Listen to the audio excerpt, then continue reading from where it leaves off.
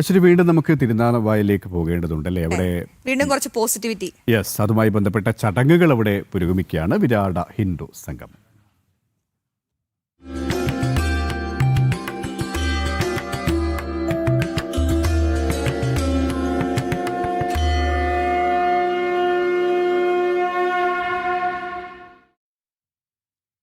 ധന്വന്തരി പൂജകളൊക്കെ ചെയ്ത് അരുൺ അവിടെ ഉഷാറായി നിൽപ്പുണ്ട്. അടുത്ത അതെ, നിലാസ്നാനത്തിനായി തയ്യാറെടുക്കുന്നു എന്നാണ് ഞാൻ മനസ്സിലാക്കുന്നത്. ഏതായാലും മഹാമാഘ മഹോത്സവത്തിന്റെ ഭാഗമായി തിരുനാവായിൽ നിലാസ്നാനം നടക്കുകയാണ്. അവിടെ ഞങ്ങളുടെ പ്രതിനിധി ഉണ്ട്, ഒപ്പം നിരവധി ഭക്തരാണ് ഇന്നും ഈ ചടങ്ങിൽ പങ്കെടുക്കുന്നത്. തത്സമയ ദൃശ്യങ്ങൾ കാണാം. ഒപ്പം അരുൺ ആലത്തൂർ ചേരുന്നുണ്ട്. അരുൺ, എത്രത്തോളം പ്രാധാന്യം അർഹിക്കുന്നുണ്ട് നിലാസ്നാനത്തിന്? എന്താണ് നിലാസ്നാനം? ഭക്തജന തിരക്കാണോ അവിടെ?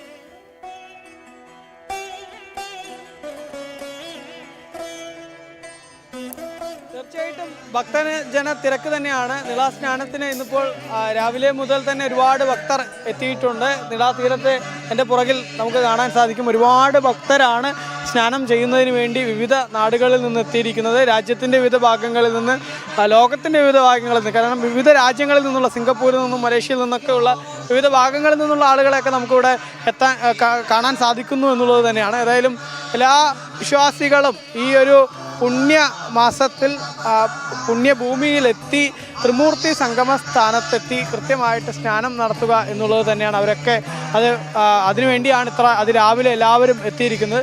ദൃശ്യങ്ങളിൽ കാണാൻ സാധിക്കും. വലിയ ഭക്തജന തിരക്ക് ഇന്നും ഇപ്പോൾ നിളാ നദിക്കരയിൽ അനുഭവപ്പെടുന്നു. ഇനി ഏതാനും ദിവസങ്ങൾ മാത്രമാണുള്ളത്. അതുകൊണ്ട് തന്നെ പരമാവധി ആളുകൾ ഇവിടെ സ്നാനം ചെയ്യുന്നതിന് വേണ്ടി ഇവിടെ തയ്യാറെടുക്കുന്ന കാഴ്ചയാണ് നമുക്ക് കാണാൻ സാധിക്കുന്നത്. ഭക്തിപൂർവ്വം വേദമന്ത്രങ്ങളുടെ അകമ്പടിയോടുകൂടെയാണ് ഇവരുടെയൊക്കെ സ്നാനം നടക്കുന്നത്. ചേട്ടാ, എവിടെ നിന്ന് വരികയാണ്? ഞാൻ തിരുനാവായ തന്നെ.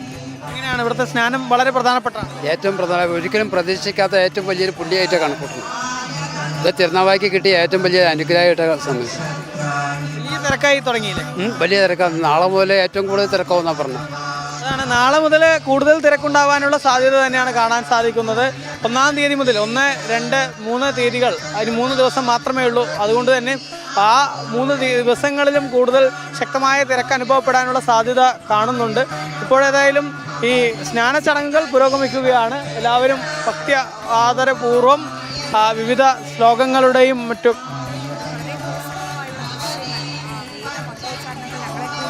ഇത്രയും അകലിരിക്കുന്ന ഞങ്ങളെപ്പോലും പോസിറ്റീവ് ആക്കുന്നു.